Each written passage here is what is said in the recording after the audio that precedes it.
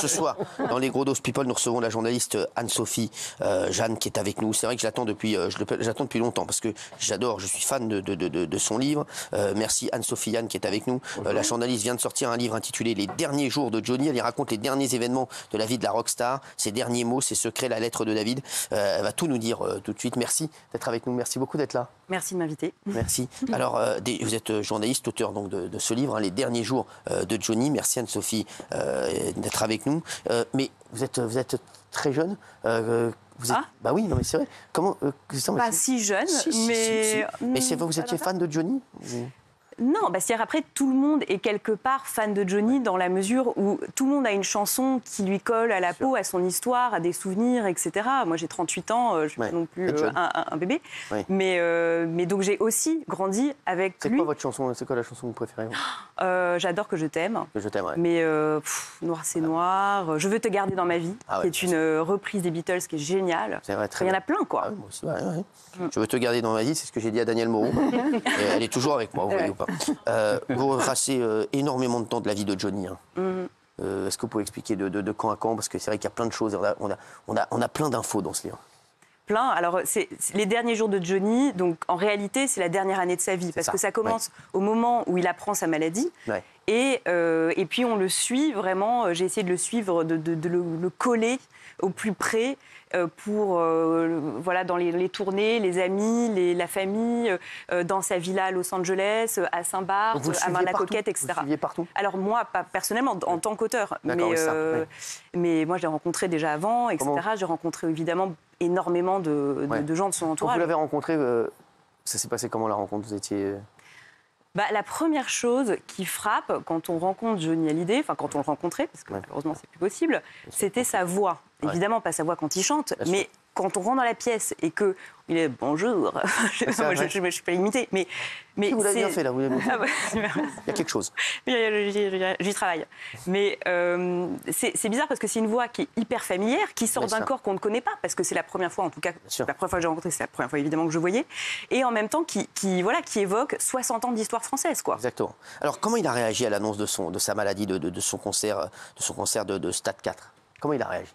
C'est là où les derniers jours sont très intéressant parce qu'il raconte vraiment la force du personnage, quoi. Johnny Hallyday, il n'est pas comme tout le monde dans ce sens où il apprend qu'il a donc un cancer stade 4, qu'il a plus que 3 mois à vivre. C'est d'une violence extrême et pourtant, il dit non.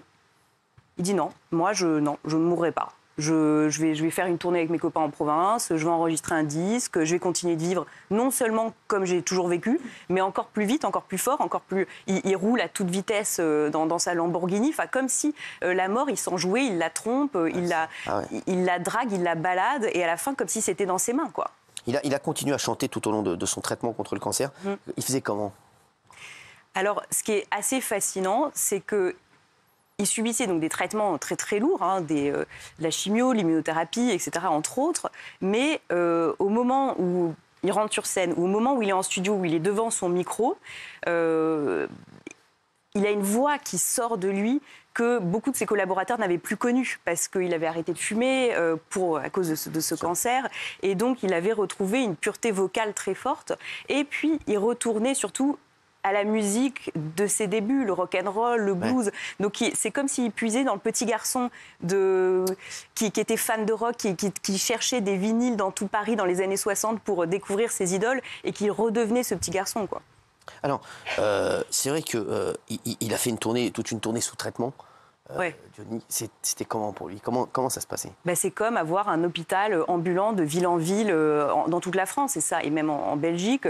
Ce qui est fou, c'est que déjà une tournée en province pour n'importe quel artiste, c'est quand même difficile. C'est déjà très éprouvant. C'est pas alors à 74 ans, ça allait encore plus, mais en plus mourant, on n'imagine pas. Et donc il avait des transfusions quelques heures avant de monter sur scène, et puis il était le teint de taupe, livide, etc. Et on a l'impression que tout le monde se dit mais c'est pas possible, il va lâcher, il va mourir sur scène, ce qui d'ailleurs était probablement son rêve. Mais non, il passait par le rideau. Et là, il mettait tout le monde au tapis, quoi. Il chantait avec cette voix si forte, etc. Et une fois le concert fini, est-ce qu'il y avait une grosse redescente? Est-ce qu'il était très fatigué après les... Là, étonnamment, non. Il sortait dîner, il chantait des chansons avec ses copains Eddie Mitchell jusqu'à 2h du matin. Il allait au restaurant, etc. Donc il vivait, mais... Mais il avait en tête qu'il lui restait très peu de temps à vivre. Je pense que jusqu'à la dernière minute, quasiment jusqu'au dernier instant, il n'y a pas cru, quoi. Parce que 10 jours avant sa mort, par exemple, son manager m'a raconté qu'il était dans son bureau et qu'il disait, bon, alors la prochaine tournée, qu'est-ce qu'on fait? Il avait des idées hyper précises, il voulait déjà commander des chansons, etc. Enfin, il a vraiment été dans un déni total, mais c'est peut-être ce déni qui l'a fait tenir, parce qu'au lieu de 3 mois, il a tenu 15 mois, ce qui est incroyable. Voilà. Alors, Laetitia, elle est restée avec lui tout au long de son traitement? Tout au long, c'était vraiment la personne qui était la plus proche de lui cette dernière année, parce que c'est elle qui gérait en effet les rendez-vous avec les médecins, toute la logistique, parce que c'est une logistique énorme, quoi. Surtout en plus quand on a cette vie où il restait pas à la maison à boire du jus vert et faire du yoga, quoi. C'était non, il voyageait, il allait dans ses maisons, il continuait à vivre, et donc du coup, il y avait beaucoup d'organisation, et ça, elle a fait apparemment, elle a mené d'une main de fer. Alors, vous faites de nombreuses des révélations dans le livre. Johnny, il était comment avec Laetitia? Ils ont eu une relation tumultueuse, avec beaucoup de tromperies. De la part de qui, les tromperies? Eh bien, des deux. Ah, des deux. C'est-à-dire, alors pas au début, évidemment.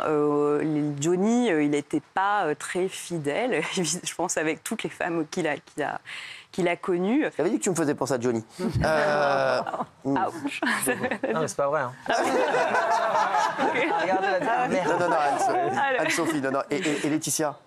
Et ce qui est intéressant, cette histoire, c'est aussi l'histoire d'un amour qui dure 20 ans et des jeux de pouvoir, de soumission, de dévotion, et qui, à un moment, comme dans beaucoup de couples d'ailleurs où il y a une grande différence d'âge, à un moment, le pouvoir change. Ouais. Et quand on est une femme de 19 ans avec une rockstar et qu'on est personne, une petite fille, on est complètement écrasé, je pense, par le personnage. Et puis quand elle a 40 ans, qu'elle est au top de sa féminité, de son pouvoir sur elle-même, etc., et que lui commence à décliner, fatalement, le sablier se retourne. C'est comme dans Fort Boyard. La clepsydre. Non, mais donc il y a eu des tromperies des deux côtés. Au début de Johnny, après de Laetitia? Oui. Il le savait, Johnny, qu'il y avait des tromperies? Elle s'est vengée et... Il y a une rumeur. Je ne sais pas si je peux le dire. Non, je ne peux pas le dire. Non, je ne peux pas le dire. Non, je ne peux pas le dire.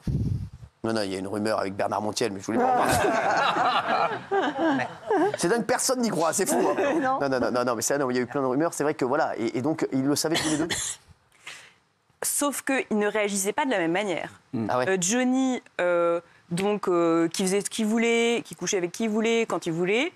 Quand sa femme disparaissait 2 heures, ça le rendait fou, complètement fou. Et il devenait aussi extrêmement jaloux et possessif. Et donc, c'est là où aussi, en reprenant quelque part, elle, la main sur aussi sa vie, sa sexualité, etc., il est devenu complètement dingue. Et c'est là où il s'est rendu compte qu'il tenait complètement à elle. Il était hyper énervé, genre dès qu'il n'arrivait pas à la joindre 2 heures.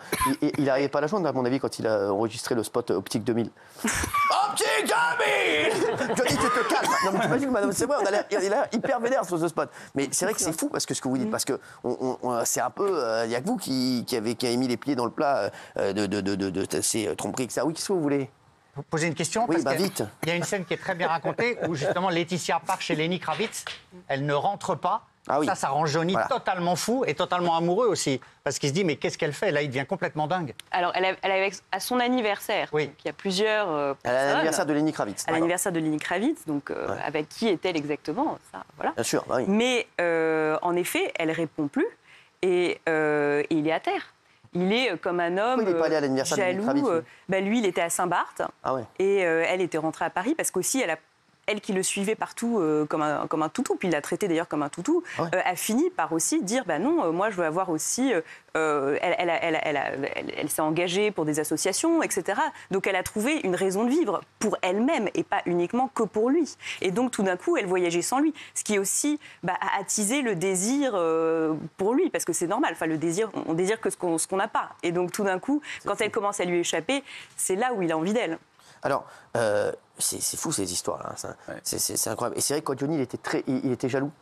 Il était jaloux, mais ce qui est fascinant dans leur amour, c'est que quelque part, c'est très universel, quoi. Et je pense que n'importe qui peut se reconnaître dans cette histoire, parce que je pense n'importe qui a aimé, qui a été jaloux, qui a trompé, qui a été trompé, il retrouvera quelque chose, quoi, de cette histoire, de lui dans ses pages. Mais en effet, lui, la grande star à qui on ne refuse rien, qui a été adulé, alors on lui prête 4000 conquêtes quand 4000 même. conquêtes. Ah. Alors ça démarre tôt, évidemment. Il a une carrière, il a commencé très jeune et puis il dormait quasiment jamais. Donc il faisait concerts, galas, dîners, machin. Puis entre-temps, il y avait les pères qui aimaient les filles. Enfin, c'était complètement fou ce qu'il a vécu. Puis après, évidemment, les années 70, la libération sexuelle. Donc finalement, 4000, c'est faisable.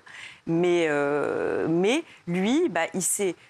Finalement, assez tard dans sa vie, il s'est abandonné dans les bras d'une femme. Mais ce qui était aussi quelque chose contre lequel il a lutté toute sa vie, parce que pour lui, c'est le traumatisme de l'enfance. Il a été abandonné par sa mère, et donc il était terrifié aussi par l'amour. Ça a été quoi les derniers mots de Johnny?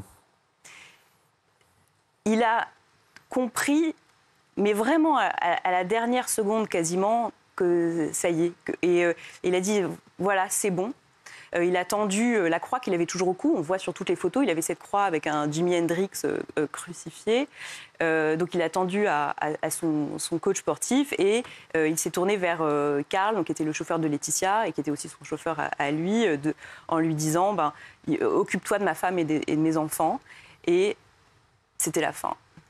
Ah, c'est fou. Alors Laetitia a appelé Brigitte Macron à 2h du matin pour lui annoncer la mort de Johnny, c'est ça? Oui, elle a répondu tout de suite, d'ailleurs. Parce qu'elle était assez proche, les Macron étaient assez proches du couple, et surtout, ils prenaient des nouvelles régulièrement. Et la mort de Johnny, c'est une affaire d'État, quoi. Donc, tout s'arrête. Et d'ailleurs, même pour Macron, qui était dans l'avion présidentiel, dans un voyage officiel, etc., apparemment, d'après ce qu'on m'a raconté, il a parlé que de ça dans l'avion. Donc, c'est quelque part, c'est un morceau de la France qui tombait à ce moment-là. C'est Laetitia qui a annoncé la mort de Johnny à David et Laura? Oui, c'est-à-dire qu'elle était... Alors le docteur aussi les a appelés. Après, c'est elle qui leur a annoncé déjà les étapes les plus importantes. Quand il n'y avait plus d'espoir, elle les a appelés. Ensuite, elle n'était pas très bien, quoi, évidemment. Surtout qu'elle n'était pas là au moment où il a rendu son dernier souffle, ce qui était une douleur terrible, vu qu'elle l'accompagnait tout le temps. Elle était dans la cuisine, parce que la vie continuait. C'est ça ce qu'il faut raconter aussi, c'est que, et ce que je raconte, c'est que il a voulu vivre ces derniers jours comme il a vécu toute sa vie, avec les copains, faire des grands dîners. Le soir de sa mort, il a demandé une langouste à Jean-François Piège. Il voulait... c'était un bon vivant. Et donc, il ne voulait pas abdiquer en vivant de manière grabataire. Non, tout le temps, il y avait du monde, il y avait des copains, etc. Et ça, ils ont réussi à préserver ça jusqu'à la fin. Anne-Sophie Yann, les derniers jours de Johnny. Merci d'avoir été avec nous. Merci beaucoup. Merci à tous. On se retrouve lundi, les chéris. Merci d'avoir été avec nous.